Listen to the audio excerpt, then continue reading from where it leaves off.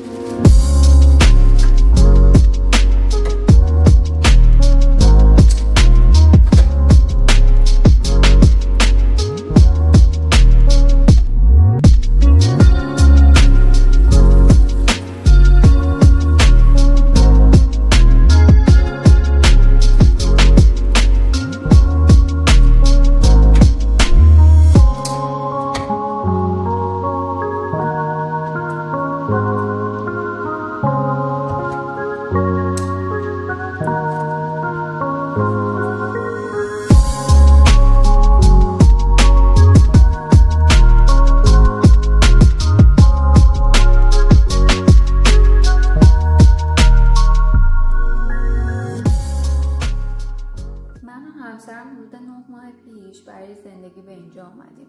تصمیم راحتی نبود، به هر حال به زندگی توی تهران عادت کرده بودیم، خانواده و دوستامون اونجا بودن، ولی زندگی هم سخت شده بود توی تهران.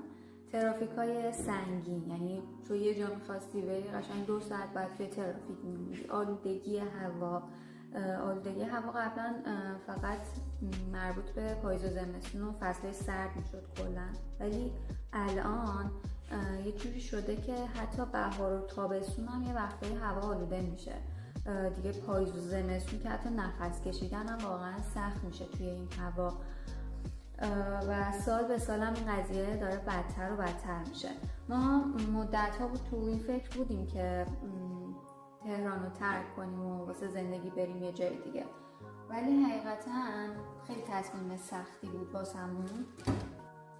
هر موقع که به خاطر مشکلاتی که توی تهران وجود داشت به این فکر می‌کردیم که بریم یه جای دیگه زندگی کنیم، بعد خیلی سریع نظرمون عوض می‌شد و به این نتیجه می‌رسیدیم که نه، ما نمی‌تونیم از تهران دل بکنیم، نمی‌تونیم یه جای دیگه زندگی بکنیم. میدونی رابطه ما آدم با تهران مثل یه رابطه سمیه، با اینکه میدونیم واسمون خوب نیست و بهمون ممکنه آسیب بزنه، ولی بازم انگار به خاطر اون جذابیت هایی که داره، چون که دوستش داریم، دل کندن ازش واسمون سخته.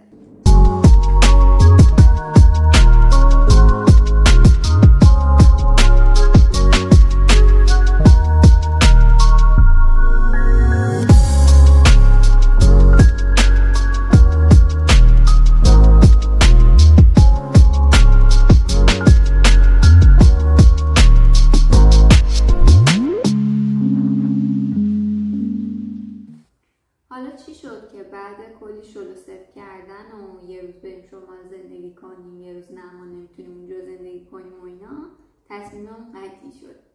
فروردین سال خونمون میرسید، یعنی ما باید تا آخر فروردین خونمون رو تحویل میدادیم. فروردین امسال هم 2 هفتهش که به خاطر نوروز تعطیل بود، 2 هفته میمون که از اون 2 هفته یه روزش وسط یه هفته تعطیلی بود و خب عملا میدونید که توی ایران وقتی وسط هفته یه روز تعطیل بشه کل هفته رو هوا، یعنی کلا اون هفته هم تعطیله و ما به طور کلی یه هفته فرصت داشتیم واسه اینکه هم بگردیم دنبال خونه پیدا کنیم، قرارداد ببندیم، اسباب کشی کنیم و این داستان.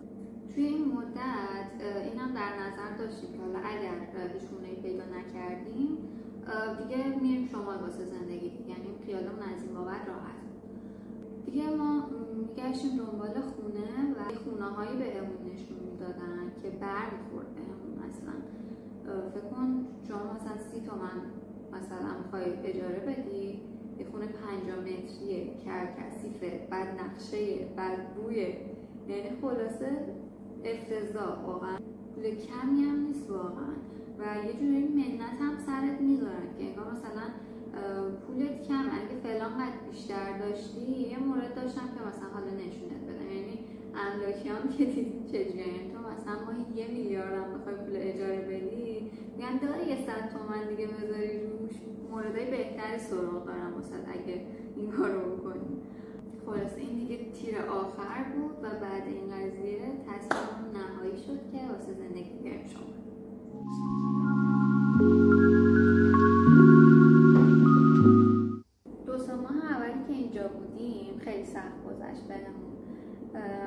خاطر اینکه خونمون نوساز بود اولش برق نداشتیم و 1 ماه اولو تو ویلای خاله سپهر همسرم بودیم.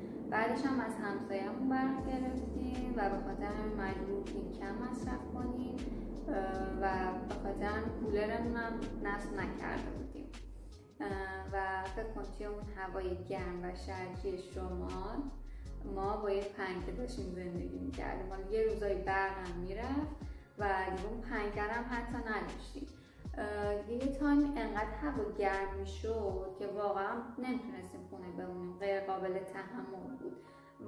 یه روزایی غذامون رو برمی داشتیم میرفتیم بیرون یا حتی کلا بیرون غذا میخوردیم و ظهر از خونه میزدیم بیرون که فقط بتونیم از کولر ماشین استفاده کنیم، انقدر هوا گرم بود. و بعد که آفتاب غروب میکرد دیگه برمیگشتیم سمت خونه که یکم حالا دم هوا کمتر بشه و قابل تحمل‌تر بشه. خلاصه که چند ماه اینجوری گذشت، خیلی سخت بود ولی الان بعد گذشته اون سختی‌ها و بعد گذشته چند ماه و عادت کردیم به اینجا، میتونم بگم که واقعا از تصمیمم خیلی خوشحالیم و خدا رو شکر میکنم که فرصت زندگی تو اینجا رو داشتم.